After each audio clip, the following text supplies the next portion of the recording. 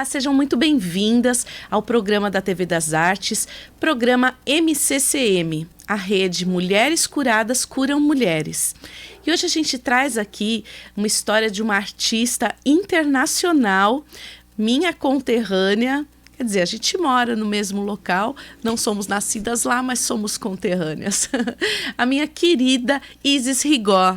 Seja muito bem-vinda, Isis. Olha, boa tarde. É, assim, um carinho muito grande que eu venho e aceito esse teu convite.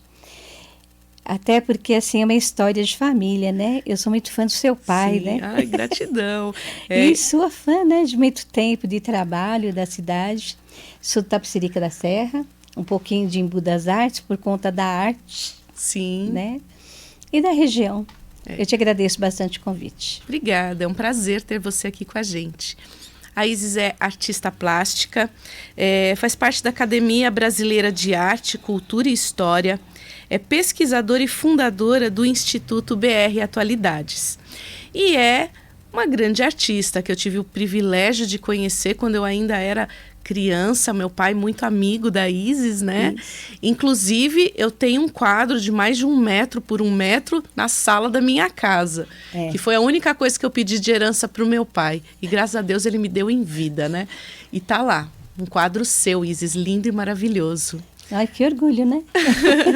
Me conta um pouco dessa sua trajetória enquanto mulher do interior de Tapicerica, ganhar o mundo com todos esses prêmios, Espanha, exposições fora, na Alemanha, na Espanha, em tantos locais. Muito, 20 países. 20 países, olha só.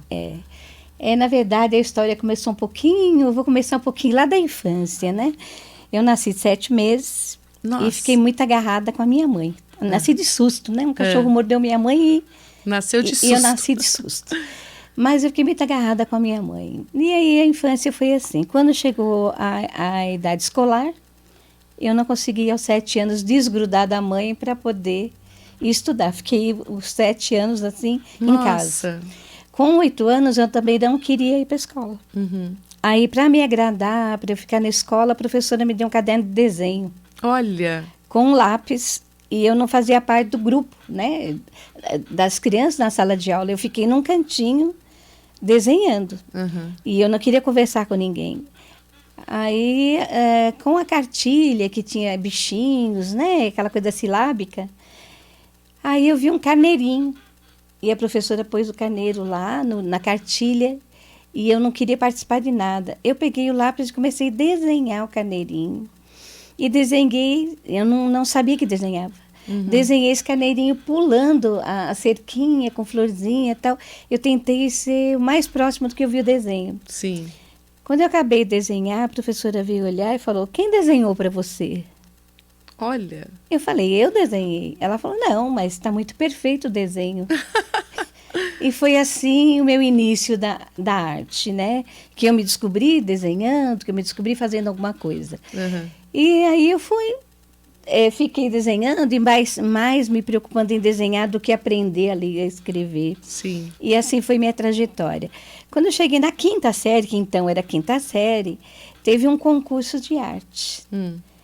E aí eu não sabia o que desenhar. Peguei uma foto da minha irmã e desenhei a minha irmã. Ganhei primeiro lugar. Olha só. Foi assim, a trajetória foi tudo meio maluca. Na escola, que é o Colégio Albino César, era uma escola modelo do estado, só entrava com notas altas. Uhum. E eu era muito dedicada, muito introspectiva, então eu estudava muito. E aí eu achava que eu ia ser não desenhista, não pintora, mas sim escritora. Olha. Porque eu ficava escrevendo tudo que eu queria falar para alguém, eu escrevia. E escrevia textos muito bons, então eu era muito boa de português. Lia muito. A escola passou por uma reforma e mudaram a biblioteca de lugar. E aí eu me ofereci, porque eu morava perto da escola, para ir ajudar, tirar os livros, levar. Foi meu primeiro contato com artistas internacionais. Ao invés de ajudar, eu colocava aqueles livros de grandes artistas e ficava folheando aquilo, porque eu não tinha, obviamente, né? E nem na minha época a máquina fotográfica era uma coisa de grande acesso. Sim. Não era toda a família que tinha. E eu comecei meu contato com a arte assim, buscando a arte sem querer, caiu no colo. Eu fiquei vendo essas coisas de arte e aquelas coisas, comecei a sonhar com quadros e com coisas assim. Realmente tive sonho com salões de arte, porque foi o que eu vi, foi o que eu li. E passei a ler muito, ler grandes autores, e eu escrevia e ilustrava o que eu escrevia. E comecei a participar de várias coisas na escola. Mas aquela coisa de menina muito presa, comecei a namorar muito cedo. Aos 17 anos, já casada, já era mãe da minha primeira filha. Nossa! E tenho 4 filhos, né? Que são 3 meninas e o rapaz, que nem mora mais no Brasil, está morando nos Estados Unidos. Aí o que aconteceu? Eu deixei a arte um pouquinho de lado. Mas as crianças foram crescendo e eu voltei a trabalhar, voltei a dar aula no Estado. Sim. E aí foi meu contato novamente com a arte. Voltei a pintar, encontrei alguns amigos que eram artistas, inclusive Augustinho Delângulo, que é um artista que expõe no Embu. Um amigo que eu não vejo há uns 20, 30 anos, sei lá, não sei nem se ainda está vivo, espero que sim. E comecei a ter contato com artistas e voltei a pintar coisas assim para mim, que me realizavam. Aí teve uma mostra de arte no São Paulo Futebol Clube. E esse artista me convidou para participar. Eram pintores amadores, iniciantes, não tinha ninguém assim, muito bom. E aí tinha que levar 3 obras. Eu pintei as 3 obras, pintei alguma coisa, sempre Brasil, né? E eu levei, mas quando eu cheguei na mostra, no dia do coquetel, eu cheguei brincando. Eu vim buscar os meus prêmios, porque eu ganhei os 3 prêmios. E eu não sabia de nada. E, na verdade, eu ganhei os 3 prêmios, Olha prata, ouro só. e bronze. Eu ganhei, foi muito legal, foi muito interessante. E, a partir daí, eu comecei a ter convites. Sim. E o mais interessante que eu passei a reproduzir fotografia. Sim. E é o meu trabalho mais forte, que é a reprodução de fotografia, principalmente fotografia antiga, fotografia de famílias e retrato, né? Que é o que eu tenho muitos prêmios em cima disso. Sim. E retratar fatos históricos, né? Como eu tenho em vários países, é exatamente isso. Tenho no governo de estado, tenho na prefeitura de Tapecerica da Serra, eu acho que 80 obras, não é pouco, não. Toda a história da cidade eu fiz. Dentro da própria Câmara Municipal. Então, na Câmara tem acho que 40. Tem obras suas lá, né? Hoje eu tenho um museu, né? Porque a Câmara passou por uma reforma e colocou mais vidros e não sobrou tanto espaço. Então, eles juntaram as obras no museu. E aí, no museu, tem muitas obras. Então, todo mundo vai ao museu, parece que só tem de artista na cidade. Olha só. Mas é que ficou. Eu retratei a história da cidade. Sim. Né? Eu reproduzi fotos muito pequenas. Sim. E escrevi também. Sim. Né? Como historiadora, escrevi também a história da cidade de Tapecerica da Serra. Você é jornalista também, Sou né? jornalista, sou formada pela FIAN. Que beleza. Muito né? bem. E aí, a trajetória de arte foi essa. Foi a convite, participando, e vamos até ali, só um pouquinho, mas a princípio foi mais nacional. Comecei a participar, eu só pinto coisas brasileiras, fotos brasileiras, até porque sou historiadora e vou atrás dessa coisa do interior, né? E nessa minha pesquisa da adolescência, eu conheci o trabalho de Almeida Júnior, que pinta o cotidiano, né, do interior de São Paulo. E eu segui muito por essa linha, eu sou impressionista, né? E um pouco acadêmica. No Brasil, infelizmente, fora São Paulo e grandes capitais, a arte ela não é muito valorizada. Nem artistas. Infelizmente. Não se dá valor a isso, né? E o meu trabalho de arte foi assim, foi dentro do Brasil, comecei aqui na cidade, tem Taboão da Serra, morei em São Lourenço da Serra, tenho muito trabalho retratando São Lourenço da Serra. De São Lourenço. São Lourenço, Juquitiba. Que beleza. Então, a região aqui, esses municípios daqui da vizinhança, eu fiz parte da história de todos eles, né? E a pesquisa, sempre pesquisando muito, sempre muito empolgada com a história. E fui retratando, trazendo a história da cidade, né?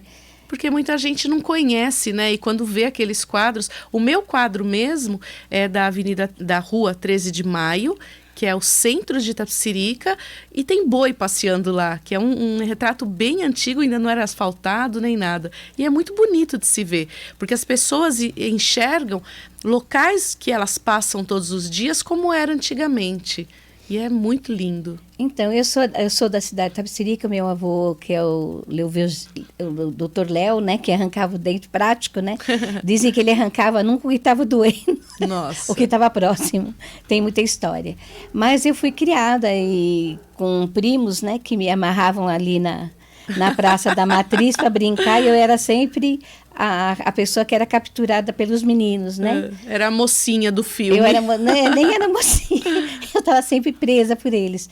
Então, minha história foi na cidade de Itapecerica da Serra, então essa minha paixão toda, não nasci em Itapecerica, eu nasci no Carandiru, né, na zona norte de São Paulo, mas fui criada em Itapecerica da Serra. Eu sou de lá de pertinho, sou ali de Santana. Santana? Sim. Então, ali eu nasci bem no Carandiru.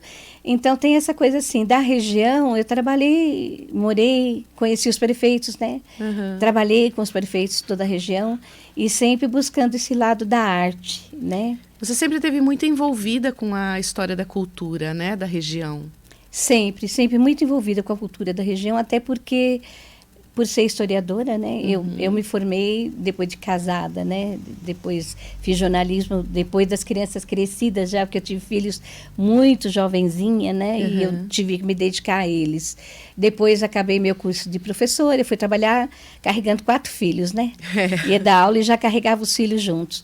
Mas aí, já eles na adolescência, eu me dediquei muito mais à arte, voltei à sala de aula, né, e aí foi o que me interessou.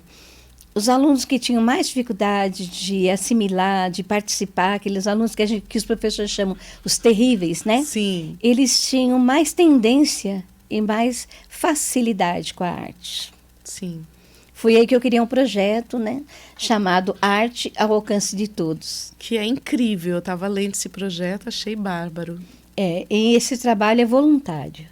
Eu vou às escolas, dou palestra para esses alunos nas escolas, porque o que acontece?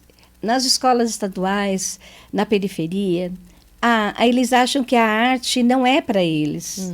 Só que a arte explode a todo canto, a todo instante. Você acorda com a arte. Qualquer coisa é arte. Né? Tudo tem cor, tudo Sim. tem arte. Uma canequinha é arte, um desenho de um pano de prata é arte. E eu queria simplificar a arte para eles, mostrar que a arte está ao alcance de todos, né?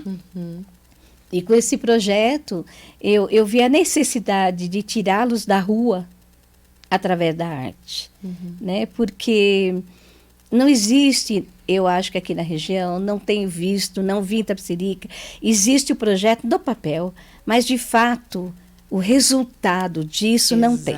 Exatamente. Está tudo no papel, muito bonito de se ver, mas não tem na prática. Não tem. Tem o valor, tem o projeto, tem o programa, mas não tem a prática. Você não sabe o aproveitamento disso. Sim. Né? Então, eu fiquei muito preocupada com isso quando eu fui dar aula, que eu não conseguia dar aula, porque os alunos, eles eram pequenos marginais dentro da sala de aula. Os pais vão trabalhar e eles ficam soltos na rua. Logo, são adotados pelo tráfico. Não tem jeito. Exato. Né? Os traficantes estão ali, usam os jovenzinhos, sem mexer com arte, sem mexer com eles. Mas eu os trouxe para pintar, eu os trouxe para mostrar a história da arte. E aí, na minha palestra, eu fiz aquilo que eu vi na minha infância.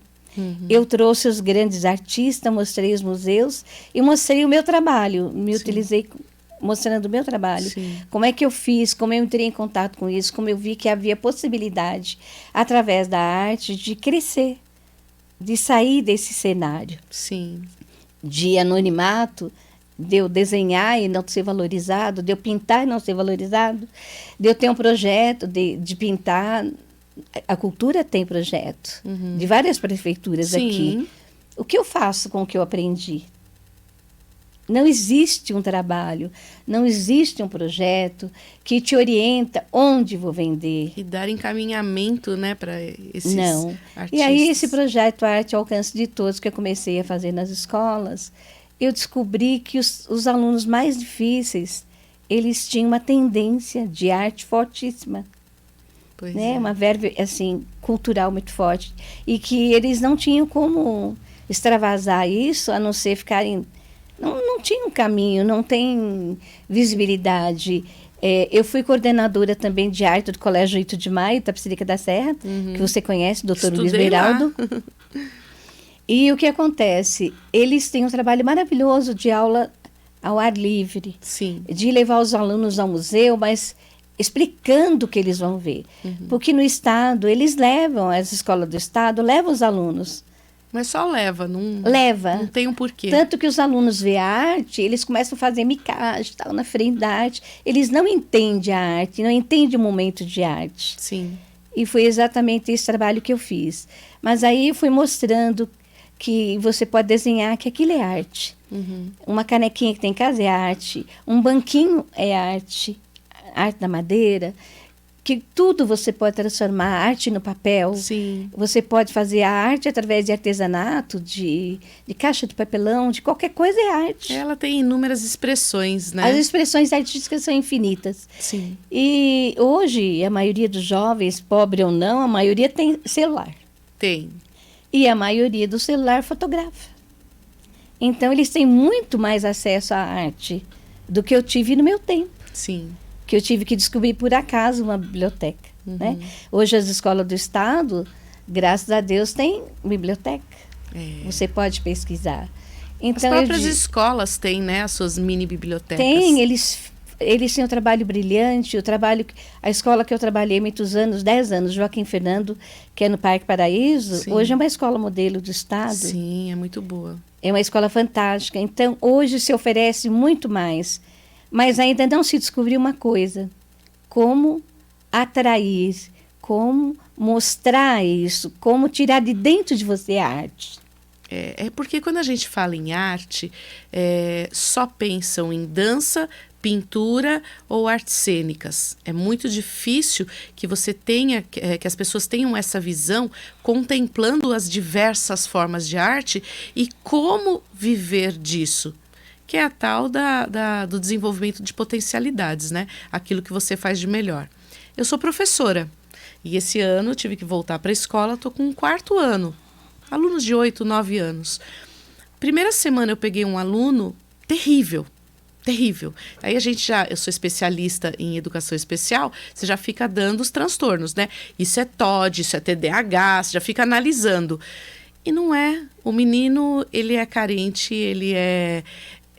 não tem um convívio muito bom com as pessoas e é um artista de mão cheia. Ele faz desenhos impressionantes. E aí eu fiz um combinado com ele. Falei assim, olha, você não vai mais estragar o caderno. Você vai pegar um caderno novo. Você acabou de receber material, vai pegar um caderno novo pra gente, beleza? Tá bom. Tá aqui um outro caderno para você desenhar. E ele ficou espantado. E falava assim, todos os meus desenhos, as professoras falavam que era rabisco e jogavam fora. Nunca ninguém incentivou ele a desenhar. E tem 8, 9 anos de idade, né? E com certeza, se esse menino for bem direcionado, com um projeto desse seu, por exemplo, vai virar um artista de mão cheia, porque ele tem um potencial incrível. Olha, então, durante a pandemia, a gente teve que ficar dentro de casa. Sim. E não tinha como vender arte. Eu trabalho para várias pessoas, eu faço reprodução de foto. Então, meu trabalho hoje, ele é muito pesquisado. Eu pintei, inclusive, orixás, né, na Bahia. E através do próprio site da academia, que era a Casa da Fazenda do Morumbi, que eu fiquei 20 anos, né? E aí entraram e me encomendaram a foto de 2 pais de santo do centro do candomblé mais antigo lá da Bahia. Sim. Eu não os conhecia. Eu pintei por intermédio de um convite apenas. Sim. E eu pintei os dois, um branco de olho verde e o outro negro. Muita dificuldade para pintar. E do candomblé, as guias, elas são muito respeitadas.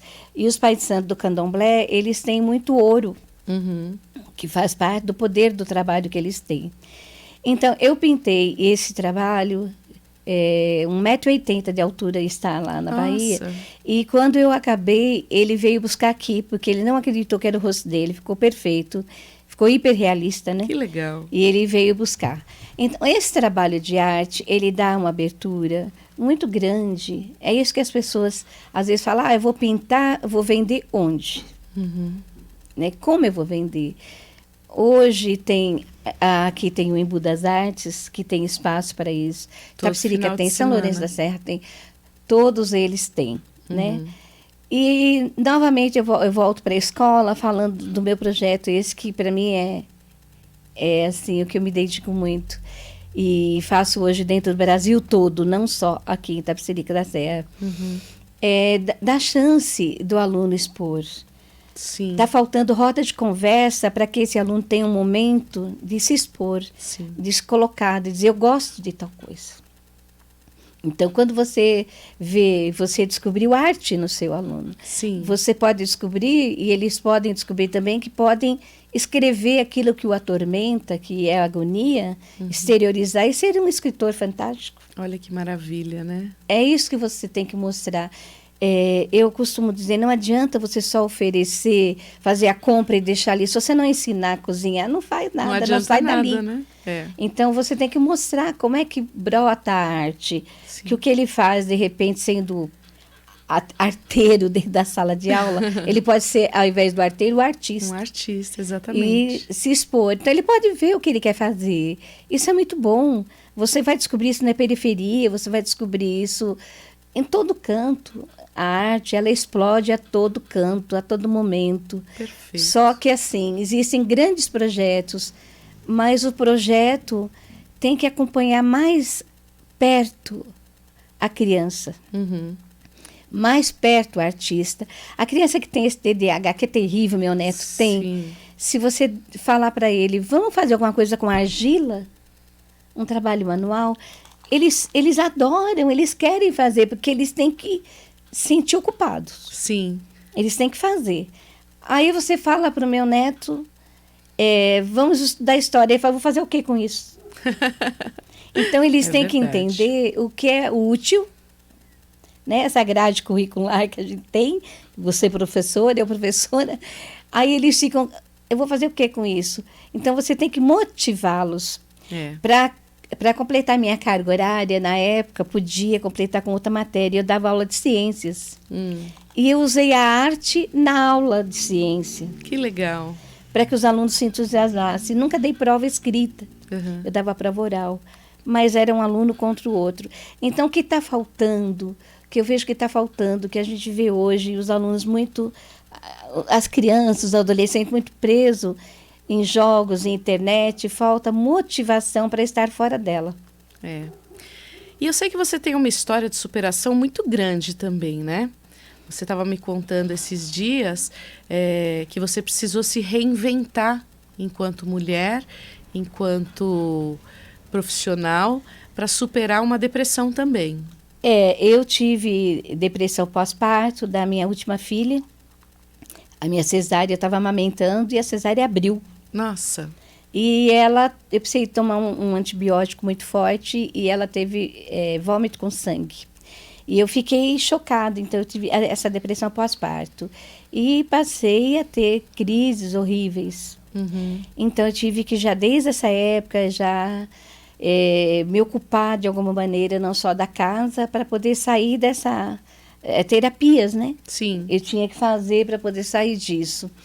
E foi indo, meus filhos cresceram e eu precisava, de alguma maneira, não ter crise, não tomar remédio. Eu odeio remédio. Então, eu acredito na terapia, né? E quando a arte já ficou difícil de eu trabalhar, de eu vender, eu tive que reinventar.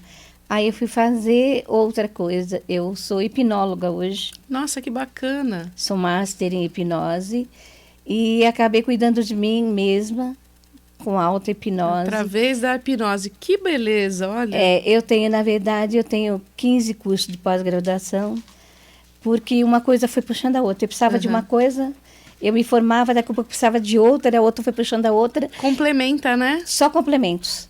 E eu tive que realmente me reinventar, né? E comecei a viajar muito pelo Brasil e encontrar problemas que eu queria fazer. Fui fazer também, para complementar o meu curso de arte, eu fui fazer moda na FAAP. Que legal. Que é um dos cursos pós-graduação que eu tenho. Nunca utilizei, nunca fiz desfile, nunca fiz nada. Mas com esse trabalho de arte, que eu comecei a viajar muito Brasil afora, depois dos meus filhos crescidos, criados, casados, com netos, eu falei, agora é minha hora, né? E comecei a viajar.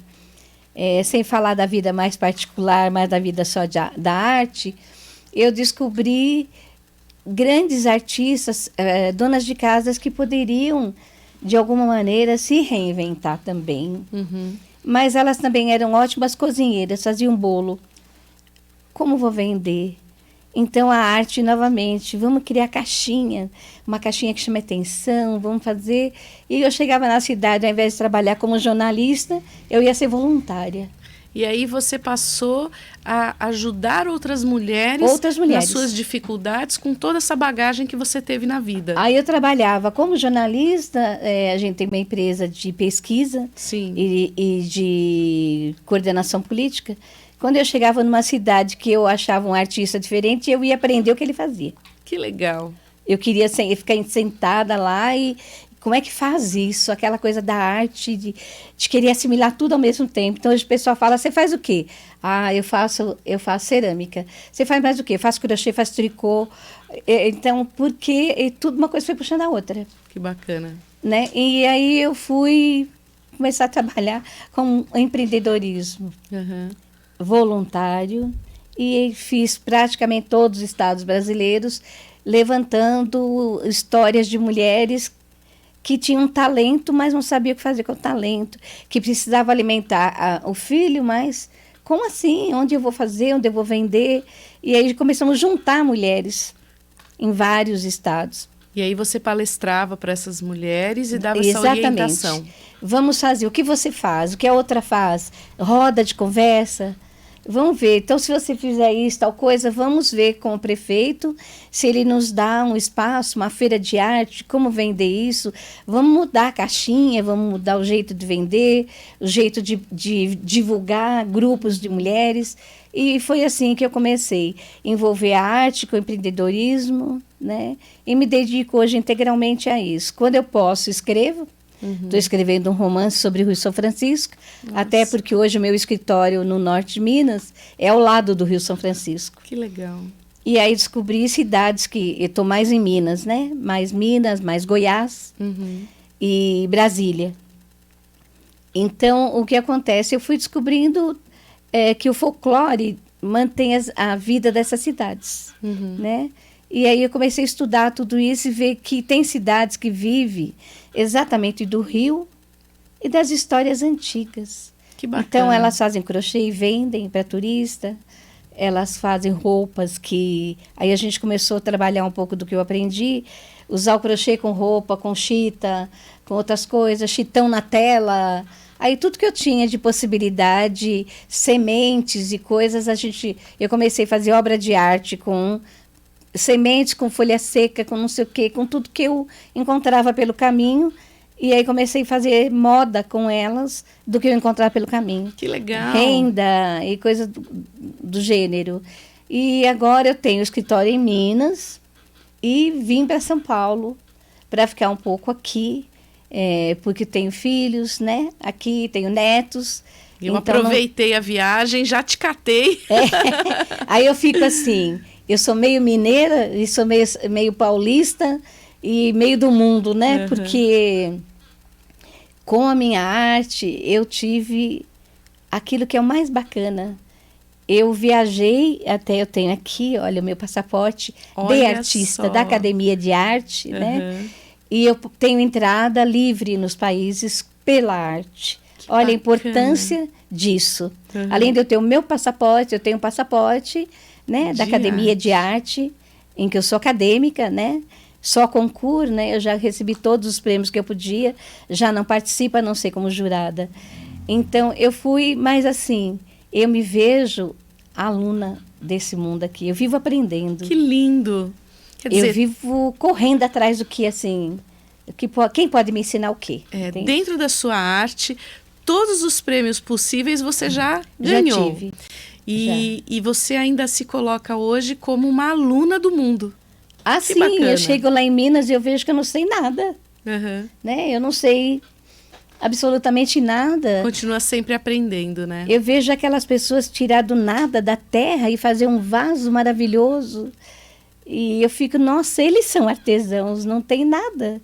E dali do nada fizeram a arte. Eu ainda tive possibilidade de viajar 8 países, do que eu aprendi, do que eu sabia, do que era próprio, né, de mim mesma.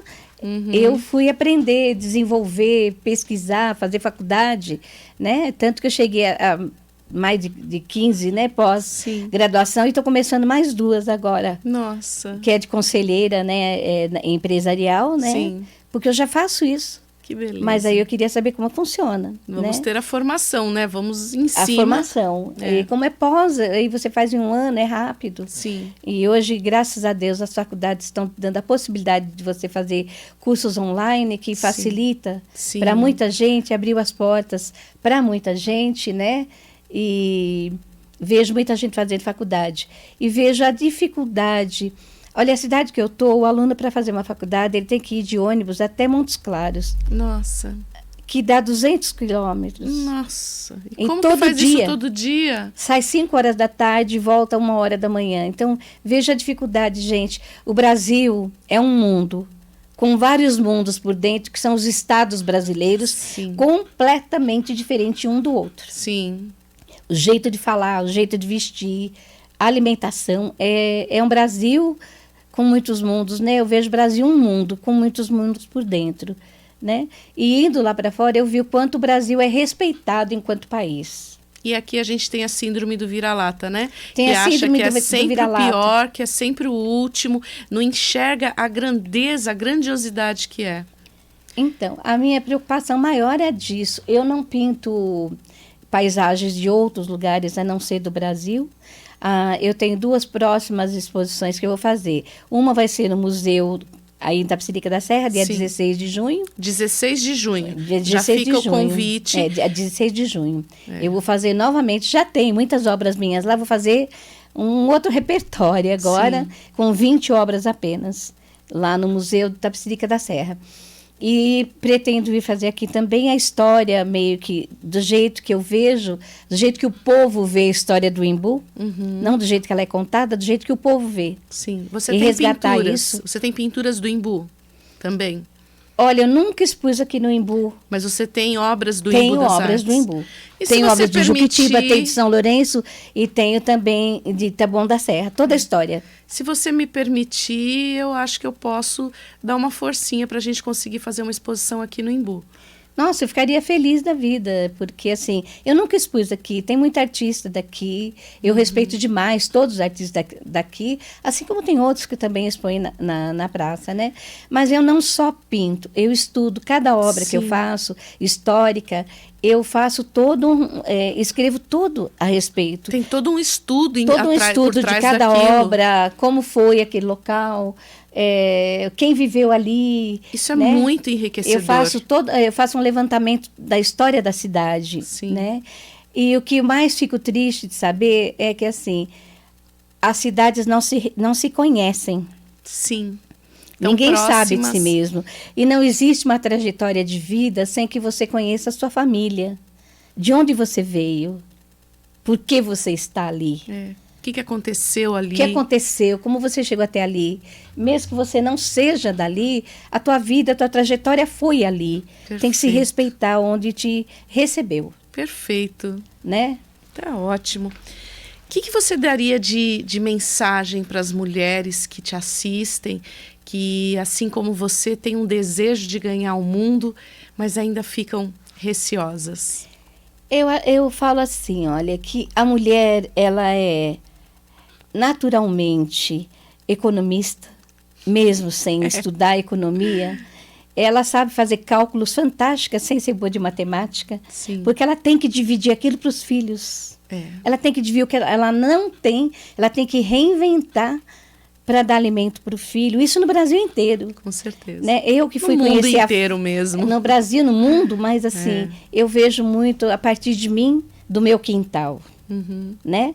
Então, a mulher ela tem um preparo, porque a mulher consegue a diferença. Eu não sou aquela feminista, eu dou grande valor ao trabalho do homem, mas homens dizem assim, olha, como psicóloga, como terapeuta, eu digo, ele abre uma gaveta no seu cérebro e trabalha aquilo. Ele sai de casa para fazer aquilo. Ele não faz 10 coisas. Exatamente. A mulher faz 10 coisas. Esse é o mal ela da limpa mulher. a casa, ela cuida do filho, ela dá aula, você como professora sabe disso, ou ela trabalha como empresária, ou até mesmo como faxineira, com várias coisas. Nossa, eu acho a mulher incrível nesse sentido, e que ela tem chance de fazer, ela tem possibilidade, mas se ela não acreditar nela, não adianta. Eu tive que entender uma coisa quando eu dou palestra, eu falo e o pessoal fala, como assim? Eu digo, que nota vocês dão para mim?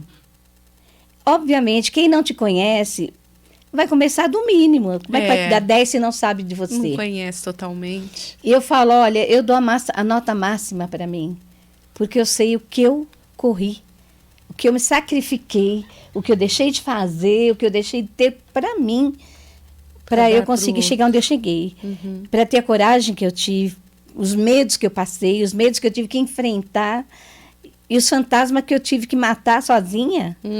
Então eu dou a nota máxima para mim. Eu acho que cada mulher tem que dar a nota máxima para si mesma. Perfeito. Porque ela passa o tempo todo se reinventando, embora não perceba. Que ela tem a consciência de que ela pode, mas tem que acreditar em si mesma. E você acredita em você mesma. Isso é lindo. Olha, eu tenho medo, como todas nós temos, mas se você não vencer o medo, se você não criar um movimento, você não sai do lugar. Olha, eu tenho medo de viajar de avião, o pessoal fala, como assim? Viaja tanto. Tem hora que eu falo, meu Deus do céu, sabe? Então, vai com medo mesmo. Vai com medo mesmo. Eu viajei agora de lá para cá, 18 horas de ônibus. Nossa. Eu tenho que pegar um ônibus, 8 horas de viagem do norte de Minas até BH. De BH com mala, carregar, atravessar de um lado para o outro para ir na rodoviária, pegar um outro ônibus para vir para cá. Sozinha. Então perca o medo e pegue um avião, é mais fácil. Então tem que pegar o avião que é mais rápido. Isis, eu cresci vendo o seu sucesso. Eu cresci te vendo uma pessoa inacessível, a maravilhosa, a expositora, a artista internacional. E depois de alguns anos, depois de adulta, depois de mãe, eu percebi que você é uma mulher como a gente, uma mulher como eu, com todas as suas dores, os seus medos e as suas aventuras, boas e ruins, né? E eu te admiro muito mais do que eu te admirava antes, viu? Eu queria te fazer um convite, você participar da nossa próxima edição da revista do MCCM. Nossa, com todo prazer. Eu participo hoje, eu não vou nem te falar o nome, porque eu sou péssima, não estou lembrando de muita coisa. Mas eu participo das Mulheres Internacionais, eu tenho um trabalho muito grande.